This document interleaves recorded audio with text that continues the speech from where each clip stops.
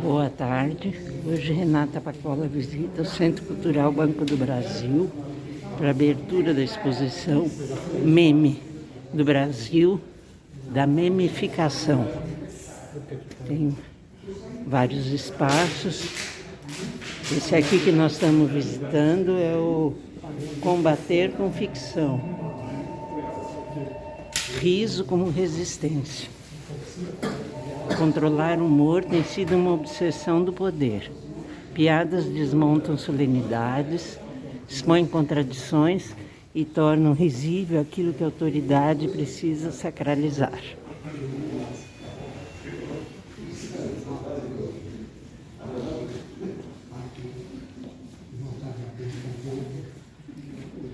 Pessoal, esse é o último grupo da exposição, se chama Combater com Ficção. Ele ocupa o terceiro e quarto andares, então a gente vai ver dois pedacinhos dele. Esses são núcleos que olham para a ficção, a produção da ficção, né? A ficção como linguagem, a ficção como uma forma de produzir imagem, pensamento e principalmente leituras sobre tudo, né? E aí a gente fez a relação também da ficção com o riso, né, com o humor, como que o humor, ao narrar o nosso cotidiano, né, cria novas versões, né, como a gente falou embaixo desse cotidiano, e com isso desafia o mundo como a gente conhece, para a gente imaginar outros mundos possíveis, né, e o humor faz isso de uma forma muito debochada e muito resistente, né, persistente também. Então aqui a gente olha principalmente para a relação do humor com a resistência política. Temos um olhar especial para a questão da ditadura militar, né? Então são vários trabalhos que são de artistas, como o Pasquim aqui, né? Jaguar nos deixou ontem, né? Então aqui também é uma homenagem a ele. E aqui a gente correlaciona o Pasquim, né? De todos os principais, né, jornais, enfim, veículos de comunicação e resistência, pensamento crítico durante o regime militar, com História no Pente, que é um perfil do Instagram, né, produzido pelo Leandro Marinho, que também está pensando história a partir dos memes, né, do seu tempo, assim como o Pasquim fez, né, ao longo de 2 décadas, basicamente, de atuação. Além desse olhar sobre a ditadura, a gente tem um pequeno núcleo em torno da relação entre circo e política. Aqui no Brasil, a gente muitas vezes fala da política como circo ou como palhaçada, né, do político como palhaço. Isso é uma construção histórica, né, que vem, né, não é de hoje, que isso é feito. Então a gente também olha justamente para a relação política, né, que o humor na figura do circo é constituído. Acho que o palhaço é uma espécie de espelho, né, avesso de nós mesmos, né, capacidade de rir do nosso trágico, né, que é também uma das formas de fazer política, né? Então, são esse conjunto de trabalhos. Se vocês quiserem dar uma olhadinha, depois a gente sobe para o último pedaço. Alguns colegas que eu fiz aqui, É ali que a gente pausa. Então, tem toda essa reflexão, né, sobre essa delicada contaminação e ao mesmo tempo a necessidade do debate sobre verdade e mentira, né, realidade e ficção. E aí a gente apresenta também alguns outros temas, né, vinculados à política. Aqui a gente tem uma referência ao Bode Ioiô, que foi eleito vereador em 1922 em Fortaleza. Ele, na época do voto aberto, né, do voto da cédula, foi uma forma da população expressar sua revolta, né, com os políticos, seu voto de protesto. E esse voto de protesto consistiu em escrever o nome desse bode, que é icônico, da Praia de Iracema, ao invés de nome dos políticos, né? Então ele foi simbolicamente eleito, porque ele tem a maioria dos votos, e teria se tornado vereador se não fosse o bode, né? O bode Ioiô é esse ícone que foi empalhado ainda no hotel. Então hoje ele existe taxidermizado em Fortaleza, mas ele é tão velho que não pode vir, porque é uma taxidermia de mais de quase um século, né? Então a gente tem uma foto dele, esse é ele mesmo. E aí a gente traz alguns materiais sobre o bode. E essa reflexão, né, assim, a eleição do bode Ioiô é uma espécie de memificação lá em 1922, né? É bem antigo. Aí se a gente pensar que em 22 a gente teve a Semana de Arte Moderna, né, que é ícone dessa ideia da arte moderna, a gente pode pensar que talvez tenha uma outra narrativa de modernidade artística que a gente pode narrar, por exemplo, a partir do bode Ioiô. Né? E se a gente colocar o humor, o deboche como protagonista da nossa narrativa, né, do Brasil e da arte, o que acontece, né, com as nossas ideias? Então é uma pequena provocação. E aí a gente tem também mais ali no final do núcleo, também aí temos vários memes sobre essa relação do nacionalismo, né, e do populismo. A gente vê, vocês veem aí os políticos, né, comendo pastel de feira, né, que é um ritual, né, de natureza bastante populista, né, dos políticos. E lá no final uma reflexão sobre militância digital, né, essa micropolítica que a gente pode fazer ao alcance das nossas mãos, né, postando, né, com hashtags, organizando vomitaços. Aqui não está pronto, mas o que vai acontecer nesses 3 dias são vomitaços, né? A gente ainda está terminando de programar. E a gente faz uma reflexão também sobre os desafios, limites e contradições, né, da militância digital diante da necessidade de transformações tão macroestruturais, né, que a gente precisa, se a militância digital é capaz, né, de endereçar essas demandas ou não.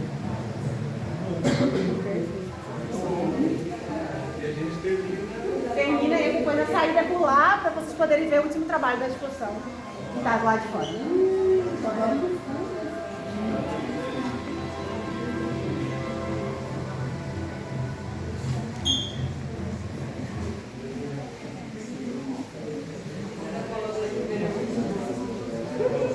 Essa aqui é a sala combate com ficção. É a memificação e a guerra de narrativas. Controlar o humor tem sido uma obsessão do poder. Piadas desmontam solenidades, expõem contradições e tornam risível aquilo que a autoridade precisa sacralizar.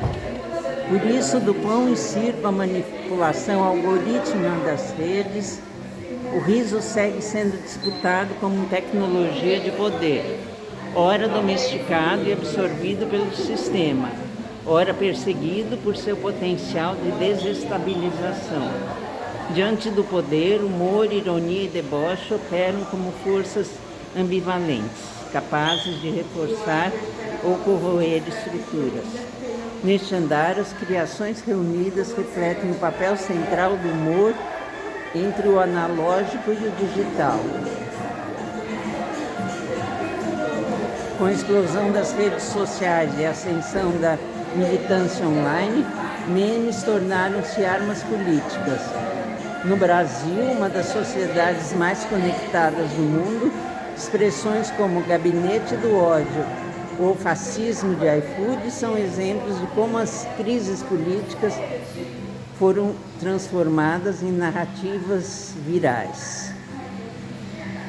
Vivemos sob a lógica da memecracia, conceito de Délia Rodrigues, em que a síntese se sobrepõe à análise, a viralização substitui o argumento e o engajamento afetivo desautoriza o debate racional. Memes, bilhetes, slogans, vídeos, hashtags e performances exalam os efeitos dessa cultura. A política se converte em espetáculo e o humor em linguagem de mobilização simbólica. Mas essa insurgência também carrega armadilhas. Quem ri de quem? A crítica se sustenta ou se dissolve no jogo de aparências. A memificação da política revela tanto a força criativa de quem participa, quanto os riscos de um ativismo autocentrado, guiado por algoritmos e por narrativas frágeis. Ainda assim, os memes, com sua capacidade de cruzar fronteiras sociais e afetivas, abrem espaço para imaginar novas ficções de futuro. Como nos lembra Karl Ove Knausgaard, e como demonstram os próprios memes, na era da desinformação e da guerra simbólica, ficção se combate com ficção.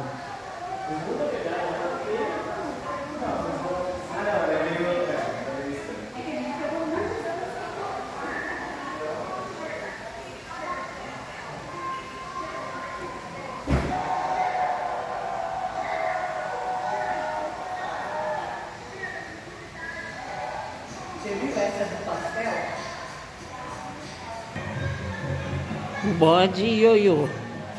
1922, em Fortaleza, o bode ioiô protagonizou um episódio insólito da política brasileira. Foi simbolicamente eleito vereador por votação popular.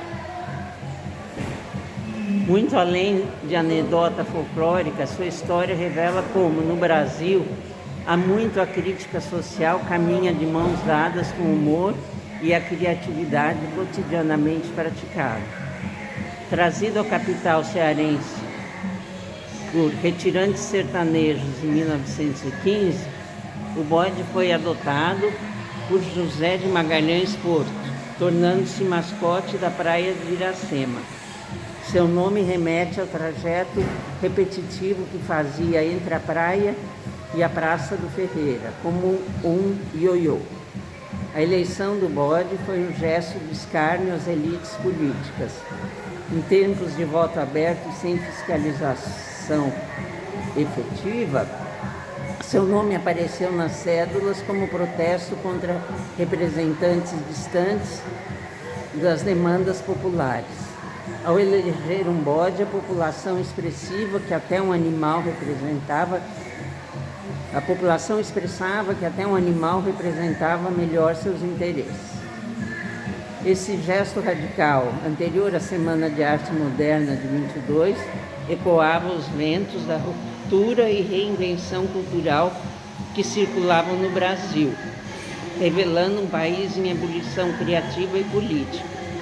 Misturando realidade e fabulação, virou personagem de cordéis, peças, livros infantis e ilustrações, representado como filósofo popular, bebedor de cachaça, crítico mordaz e até oráculo político.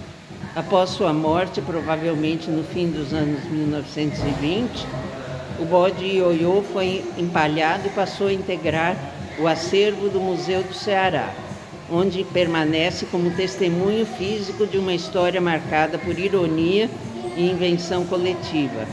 Impossibilitado de ser transportado devido à sua idade avançada, o bode ioiô aqui se faz presente por meio de uma fotografia envolta por uma aura de luz que, mais do que substituí-lo fisicamente, evoca seu caráter fantasmático e o reafirma como um dos maiores símbolos da tragicômica política brasileira.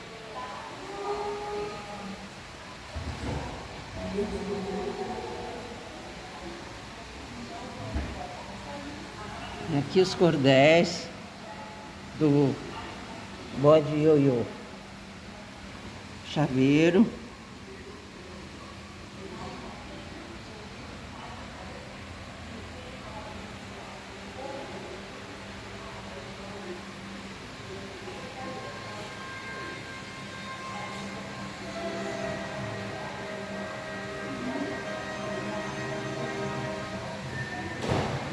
Aqui os políticos comendo pastel.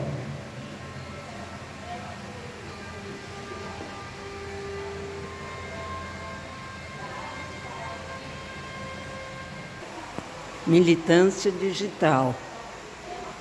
Entre redes sociais e ruas, panelaços e vomitaços, emerge um novo campo micropolítico, a militância digital.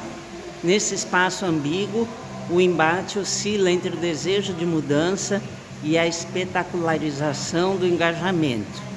Protestos online se organizam em redes fluidas, expandindo o tradicional protagonismo dos políticos para influenciadores e artistas, assim experimentando novas formas de pertencimento e resistência. Ainda que apareçam difusas diante de marchas multitudinárias, essas práticas alcançam milhões de visualizações, ampliando a ideia de participação política. Destaca-se nesse cenário o chamado slacktivismo ou ativismo de sofá, um engajamento aparentemente superficial feito de curtidas, repostagens e comentários.